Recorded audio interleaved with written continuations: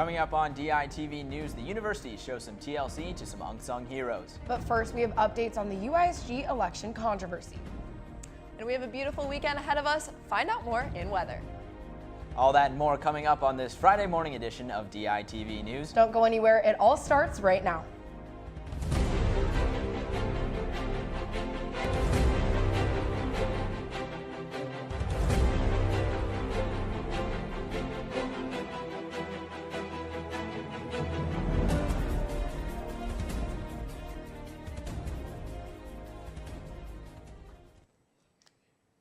Good morning and thank you for tuning in. I'm Becca Scadden. And I'm Bo Bowman. We bring you the latest on the UISG election controversy. The results may be in, but controversy is still following all involved. We have Daily Iowan editor Charlie Peckman with more. Thanks, guys. Election results for the University of Iowa student government election have been certified, and both UI Surge Party and Empower Iowa have been found guilty of various election violations. According to the election certification document, Surge has been fined a total of approximately $950, and Empower Iowa has been fined approximately $100. Envision Iowa and Student Collective Party have not faced any fines at this time. Members of Surge will receive a charge of $30 approximately to their U-bills, except for Abigail Gaynor, whose U-bill will be charged a total of $105.62. Empower Iowa ticket members will be charged $3.23 to their U-bills. Hira Mustafa and Heath Schindler, who won the election, will be inaugurated into the University of Iowa student government offices on April 28th. For more information on this story, pick up a copy of today's Daily Iowan. Thanks, guys. Back to you. Thank you, Charlie. A law firm is reviewing the university's employment practices. This comes nearly a year after a jury found that the UI discriminated against former employees for their gender and sexual orientation. The firm recommended that the UI amend its anti-harassment policy, and the policy does not accurately communicate what constitutes protected class harassment in the workplace. President Bruce Harold commented on the review, stating, quote, "We want to improve, and so we bring external people who have looked at other universities with a different pair of eyes and a different set of experiences and let them kick the tires, find the gaps, and then we can go to work and fix them," end quote. On Thursday, daycare provider Wendy Young was charged with neglect after a 7-month-old child was found dead under her care last October.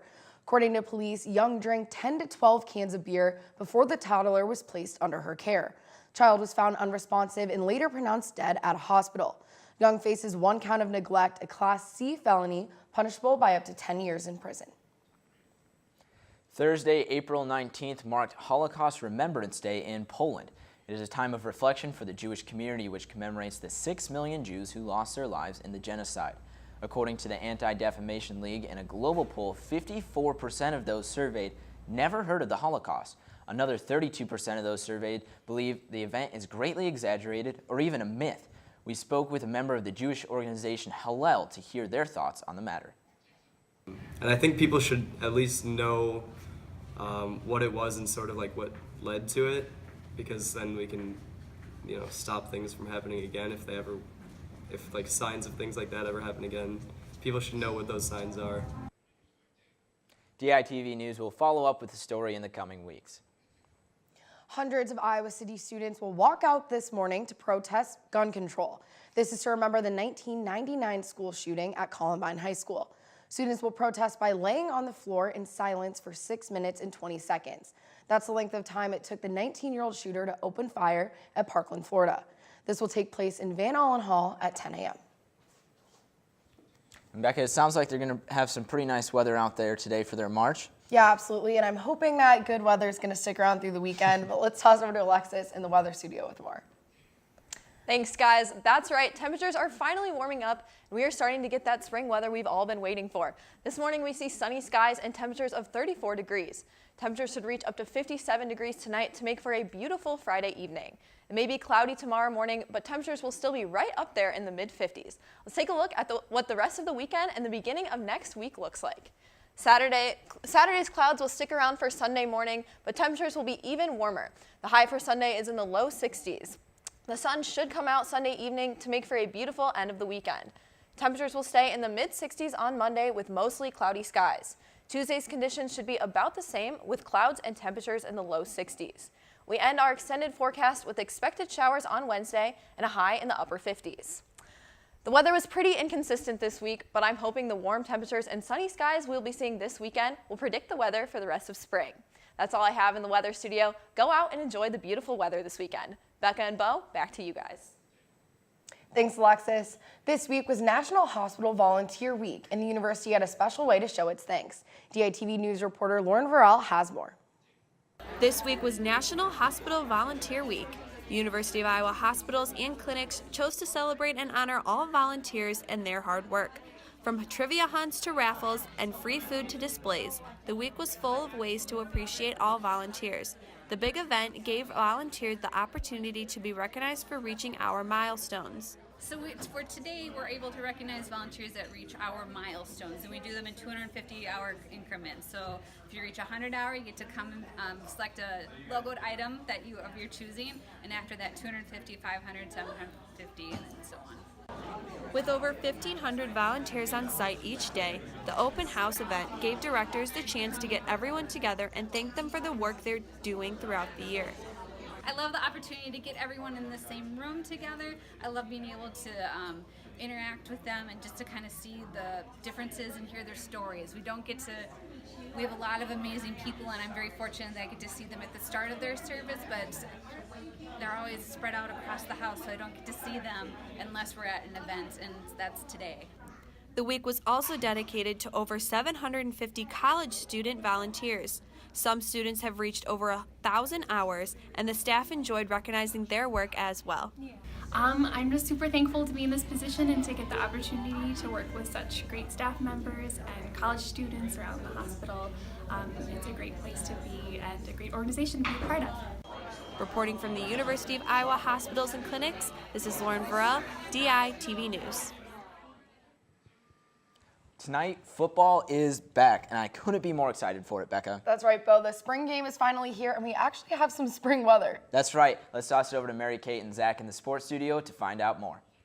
Thanks, guys. Well, football is back, and this is actually Zach and I's last Iowa football pregame show. We had a decent run, though. Wouldn't say it was that great.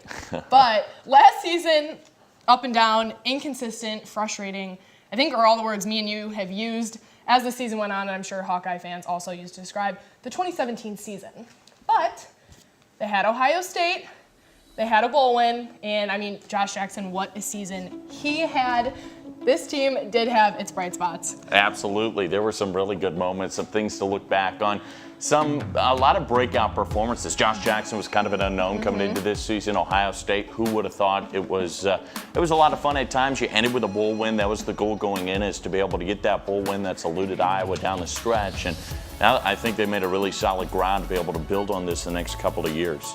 Now, the Hawkeyes did lose a lot of guys, including some of their top players, the entire linebacking core, the offensive line, which, I mean, most of the guys were out during last year anyways, but James Daniels, Sean Welsh, big losses for Iowa. You lose Matt Vandenberg, you lose the one and only Akram Wadley, and then the big one, Josh Jackson. Yeah, it is. It's going to be hard to replace those. I think the hardest one, instead of an individual player, is going to be that whole linebacking crew, because you got a lot of young guys who didn't see any time because you had such a veteran group at that linebacking position. So that's going to be an area where you got to find a guy in the middle that knows that defense, is able to take control, and yet two guys outside who, again, are involved in almost every single play. Yeah, and Phil Parker did touch on, too, at media on Tuesday, just, those were their leaders. So people are going to have to step up, but he did talk about how much Parker Hesse and Anthony Nelson have stepped up.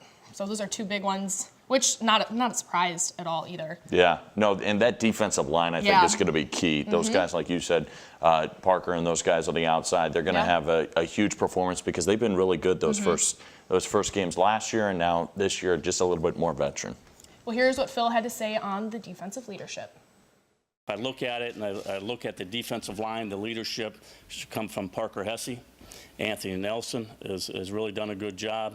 You look at the safeties, with Jake Gervais and Amani Hooker. We expect a lot, and they've been doing a lot for us in the back end. And then obviously in the linebacker area, I think Amani Jones is doing a great job there at the Mike backer.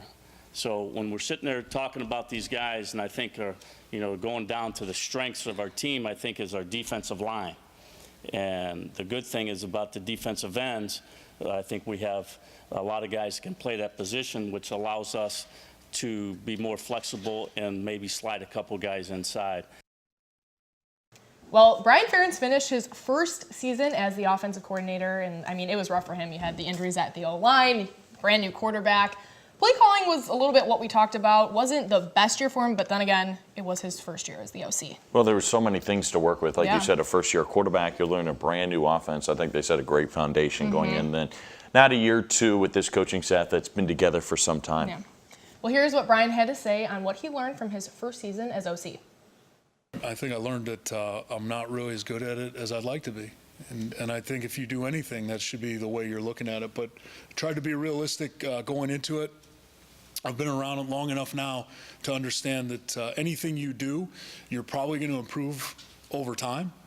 But you have to be willing to get out of your comfort zone a little bit and push forward. So, there's a lot of things that I can do better, just from a personal standpoint. But I think the main thing is just trying to do a better job of putting our football team in a position to be successful and to have a chance to succeed. And whether it's Scott's question about third downs or whether it's a first down play call, just trying to make sure that we're using the right pieces the best way that we can and trying to give ourselves a chance to win. Going back to your question, my goal is to win a Big Ten championship. How do we best get there?